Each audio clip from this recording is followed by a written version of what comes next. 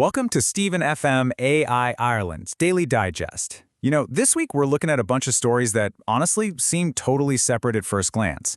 But we're going to connect the dots, because there's this one powerful theme that's really shaking things up in Ireland right now.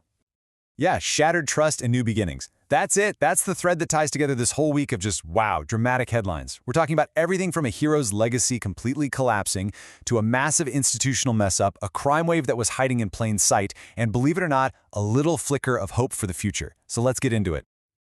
All right, first up, a name that's basically synonymous with peace in Ireland, George Mitchell. For decades, this guy was seen as the architect of the Good Friday Agreement, right? The historic deal that ended so much conflict.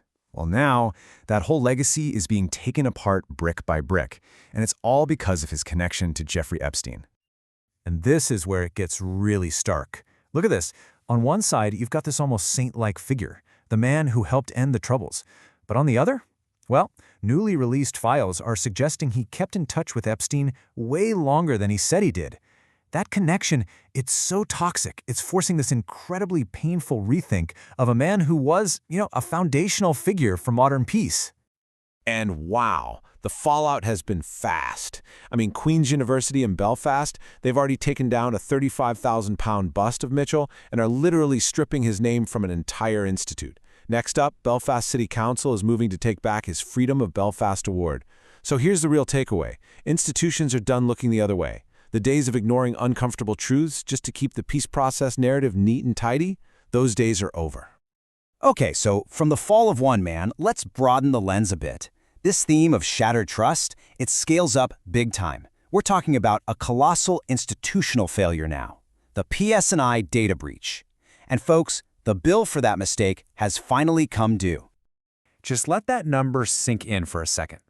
9,400. That's how many police officers and staff had their personal details, we're talking names, where they work, just mistakenly published online. Now, in Northern Ireland, that's not just an oops, an invasion of privacy. That kind of information is a direct threat to someone's life. It's that serious. So, what's that safety worth? What's the price tag? Well, the offer on the table right now is £7,500 per person. And yeah, for some, that's a start. But think about the officers who literally had to pack up and flee their homes, install massive security systems. You really have to ask, is this justice, or is it just an insulting little bandage on a wound that changes your entire life? And here's the price for the public.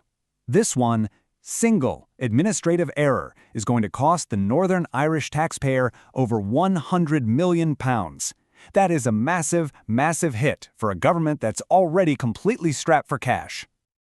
But look, the real cost here isn't about pounds and pence. Not at all.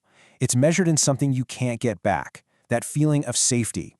It's families having to uproot their whole lives, kids changing schools. It's officers who now have to live with a constant target on their backs. That's a breach of trust that no amount of money can ever truly fix. So, we've gone from institutional security failing, now we're pivoting to something deeply personal, a terrifying trend in personal safety, a hidden crime epidemic, really, that's only just now coming into the light, all thanks to a new law. These numbers are just staggering. Since they made non-fatal strangulation a specific crime in the middle of 2023, there have been over 2,300 arrests. The police are calling this a shock level of violence. This was all happening behind closed doors, and for the most part, it wasn't being prosecuted. And we need to be crystal clear about what we're talking about here. The PS&I is warning that a victim can lose consciousness in as little as 4 seconds. And get this, it takes less pressure to do that than it does to open a can of soda. This is not rough play. It's a life-threatening act that can cause real brain injury, and now it's being treated as a top-tier felony. We're talking a maximum sentence of 14 years in prison. So, that culture of violence. What happens when you take it to its absolute most brutal extreme? Well, it leads us to a trial that's gripping Dublin right now, and it's revealing a level of brutality that is just, it's hard to even wrap your head around. These are the words of the victim, Barry Moore. His words really say it all. They capture the pure horror he went through during this prolonged attack by a gang that was accusing him of being a rat. The details that came out in court are just harrowing. The attackers, they used a cattle iron to brand the word rat into his skin over and over. They waterboarded him, they beat him with an axe. This is the brutal, terrifying reality of Dublin's gangland feuds.